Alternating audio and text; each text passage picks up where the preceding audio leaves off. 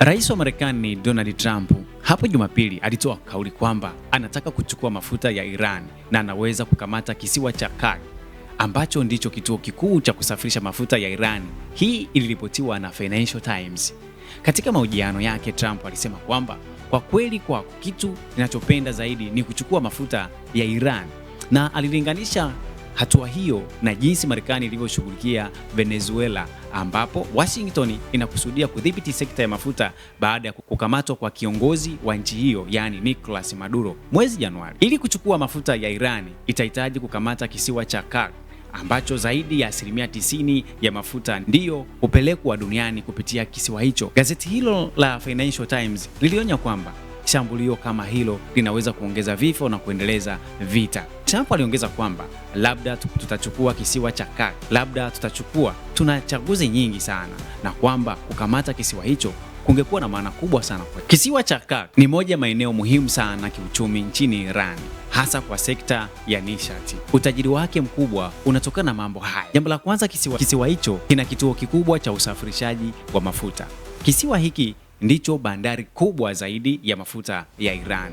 Zaidi ya 90% ya mafuta ya Iran yanasafirishwa nje ya nchi kupitia meli kubwa sana za mafuta. Hii inalifanya kuwa moyo wa mapato ya nchi ya Iran. Jambo la pili, kisiwa hiki kina miundombinu ya gesi na mafuta. Kisiwa hiki kina matanki makubwa ya kuhifadhi mafuta, vituo vya kupakia mafuta kwenye meli na miundombinu ya usindikaji wa gesi, yani natural gas facilities.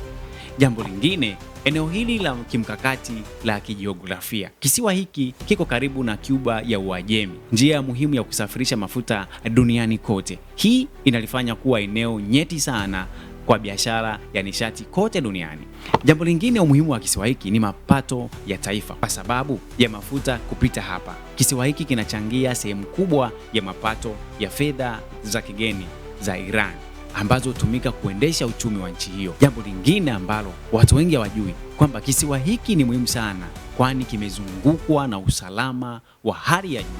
Kwa kuwa ni kituo cha mafuta, kisiwa hiki pia kina ulinzi mkali wa kijeshi kulinda miundombinu yake dhidi ya mashambulizi. Kufuatia kauli ya Donald Trump, tayari Iran imeshatoa kauli kwamba ikiwa jeshi lolote litaweza kuingiza wanajeshi katika nchi hiyo, basi watakiteketeza moto kisiwa hicho. Kwa kiufupi, utajiri mkuu wa kisiwa hicho si madini au watu, bali ni mafuta na miundombinu ya kusafirisha, ambayo ndiyo uti wa mgongo wa uchumi wa nchi ya Iran. Tuendelee kufuatilia CF Media. Je, Marekani itaweza kuchukua kisiwa hiki? Hii ni CF Media.